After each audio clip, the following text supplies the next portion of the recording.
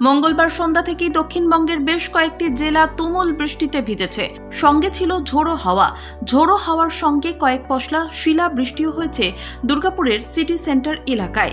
আলিপুর আবহাওয়া দপ্তর জানিয়েছে, বুধবার থেকে শনিবার পর্যন্ত হালকা থেকে মাঝারি বৃষ্টিতে ভিজতে পারে দক্ষিণবঙ্গের জেলাগুলি। বৃষ্টির সম্ভাবনা রয়েছে উত্তরের জেলাগুলিতেও।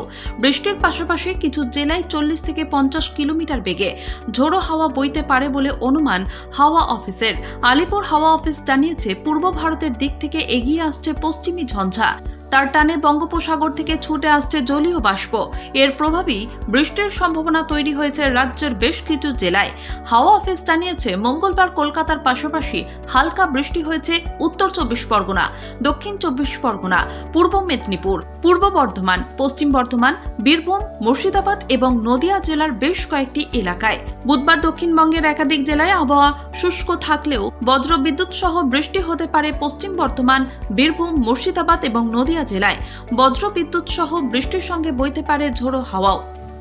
বৃহস্পতিবার হালকা থেকে মাঝারি বৃষ্টি হতে পারে বীরভূম, মুর্শিদাবাদ, নদিয়ায়। এই 3 জেলায় 40 থেকে 50 কিলোমিটার বেগে ঝোড়ো হাওয়া বইতে পারে। বৃহস্পতিবার দক্ষিণবঙ্গের বাকি জেলাতেও হালকা বৃষ্টি হতে পারে। শুক্রবার কলকাতার পাশাপাশি হালকা বৃষ্টির সম্ভাবনা রয়েছে উত্তর 24 পরগনা, দক্ষিণ 24 পরগনা, পূর্ব মেদিনীপুর এবং পশ্চিম মেদিনীপুর জেলায়। শনিবার হালকা বৃষ্টিতে ভিজতে পারে উত্তর 24 পরগনা, দক্ষিণ 24 পরগনা, পূর্ব মেদিনীপুর, পশ্চিম মেদিনীপুর, কলকাতা, হাওড়া, হুগলি এবং পূর্ব বর্ধমান। উত্তরের সমস্ত জেলায় বুধ এবং বৃহস্পতিবার বৃষ্টির সম্ভাবনা রয়েছে। শুক্রবার হালকা বৃষ্টিতে ভিজতে পারে দার্জিলিং, কালিম্পং, জলপাইগুড়ি, আলিপুরদুয়ার এবং কোচবিহার জেলার বেশ কয়েকটি এলাকা।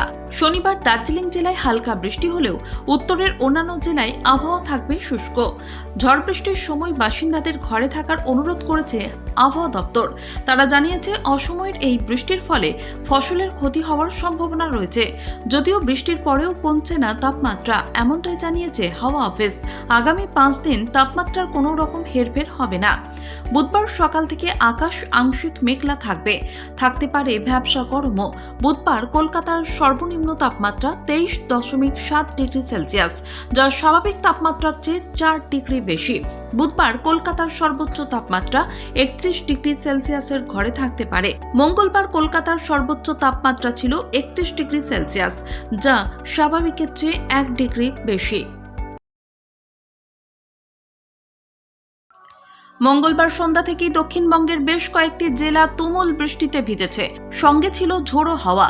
ঝোড়ো হাওয়ার সঙ্গে কয়েক পশলা শিলা বৃষ্টিও হয়েছে দুর্গাপুরের সিটি সেন্টার এলাকায়। আলিপুর আবহাওয়া দপ্তর জানিয়েছে, বুধবার থেকে শনিবার পর্যন্ত হালকা থেকে মাঝারি বৃষ্টিতে ভিজতে পারে দক্ষিণবঙ্গের জেলাগুলি।